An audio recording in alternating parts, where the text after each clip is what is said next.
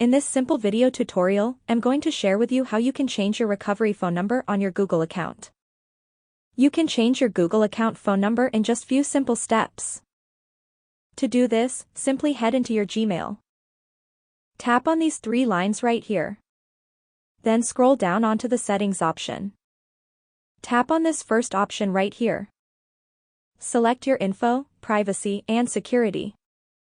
On this page, slide onto the option of security. Then scroll down in the section of how you sign into Google. Select recovery.